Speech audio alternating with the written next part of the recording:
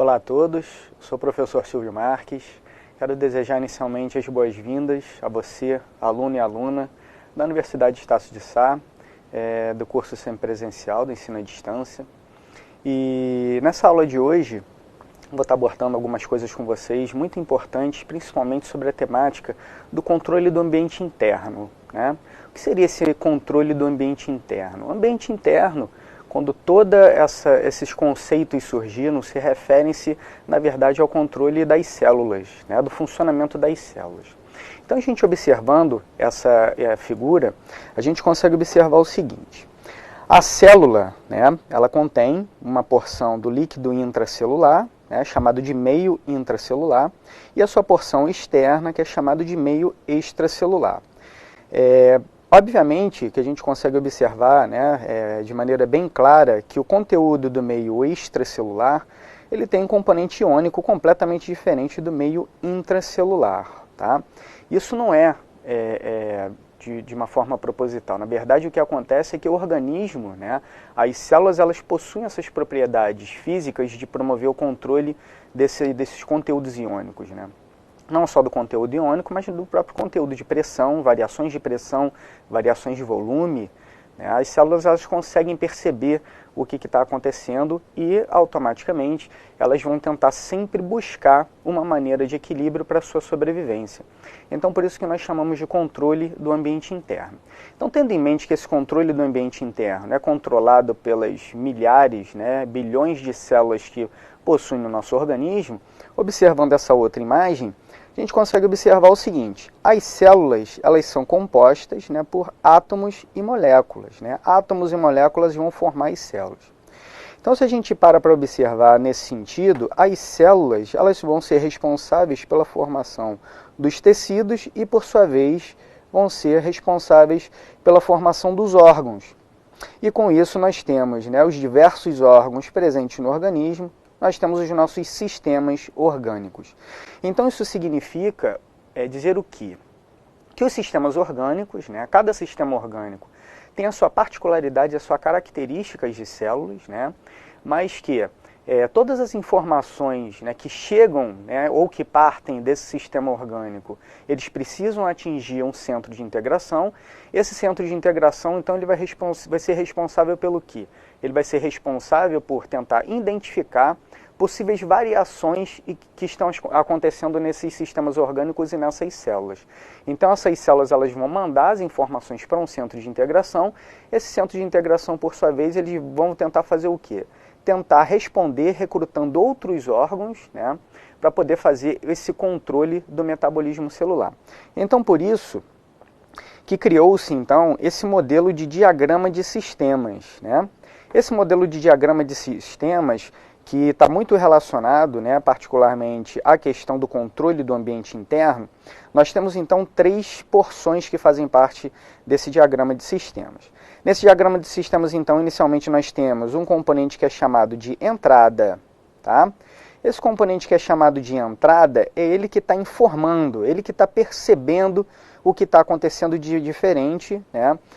Seja no ambiente externo ou seja em estruturas específicas dos nossos órgãos internos.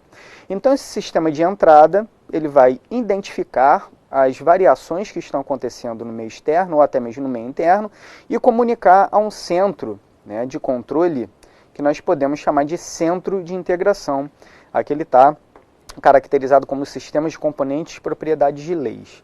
Então, esse centro de integração, o que ele vai fazer? Uma vez com que ele recebe as informações provenientes, né, desses sensores desse sistema de entrada, ele começa a identificar o que está acontecendo de errado na periferia. Né? Por exemplo, uma variação de temperatura, quando a gente está num ambiente muito quente ou quando a gente está num ambiente muito frio, e que essas variações de temperatura podem colocar a gente num momento de risco, onde a nossa temperatura corporal pode elevar demais ou a nossa temperatura corporal ela pode cair demais. Então isso seria uma catástrofe para o organismo e colocaria a gente numa situação de óbito. Nós morreríamos em variações muito extremas de temperatura.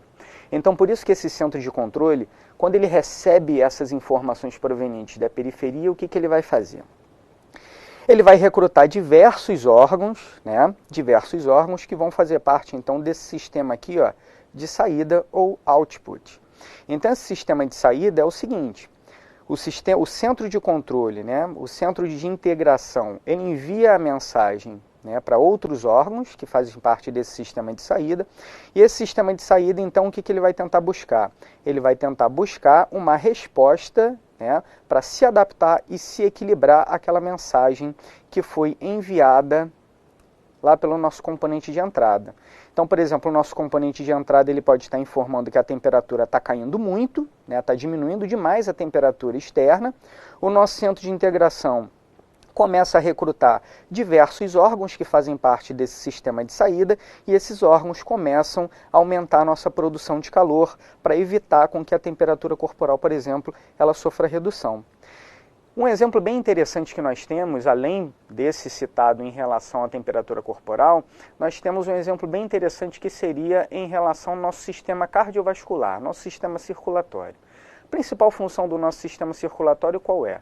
Garantir, né, o transporte e quantidade de sangue satisfatória para os tecidos, né?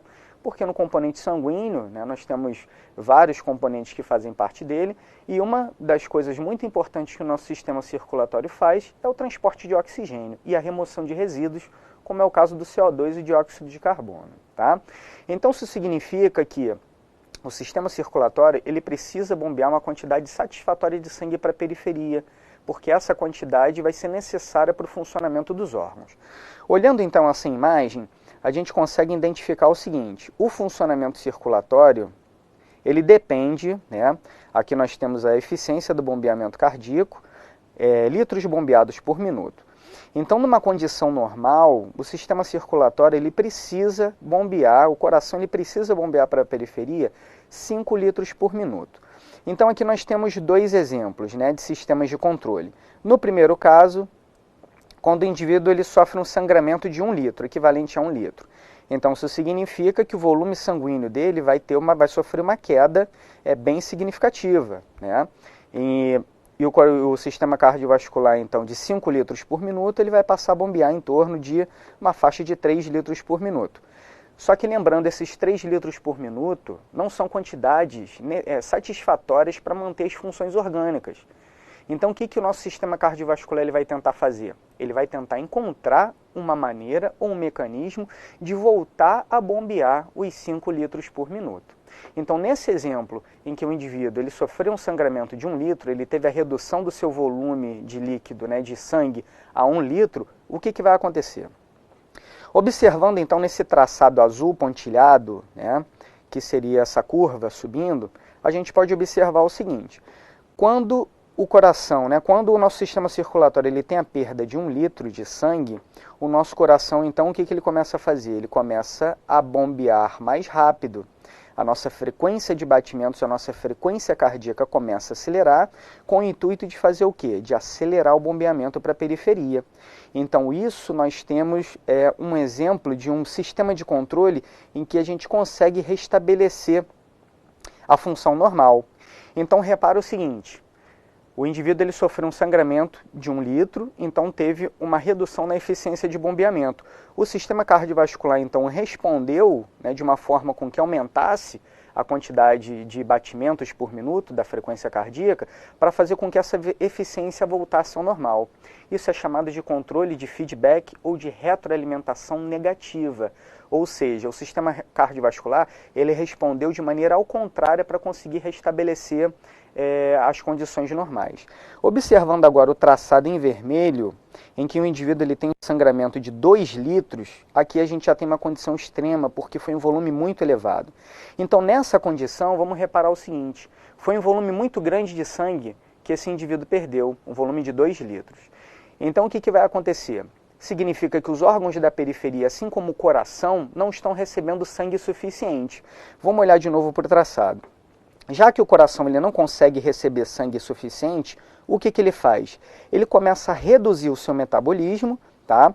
Para poder poupar energia. Nesse momento em que ele vai reduzindo o metabolismo e ele vai reduzindo a sua eficiência no bombeamento, ele não consegue buscar novamente esse controle do meio interno. Nesse exemplo aqui, o indivíduo ele vai ser levado a óbito, que é um exemplo de controle de feedback ou de retroalimentação positiva. Tá?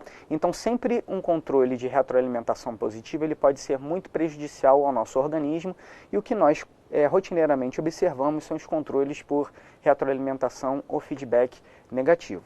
Nas próximas aulas, então, nós vamos ver na sequência a organização do sistema nervoso e, por sua vez, a organização não só a organização anatômico-estrutural, mas a organização funcional também. Muito obrigado a todos.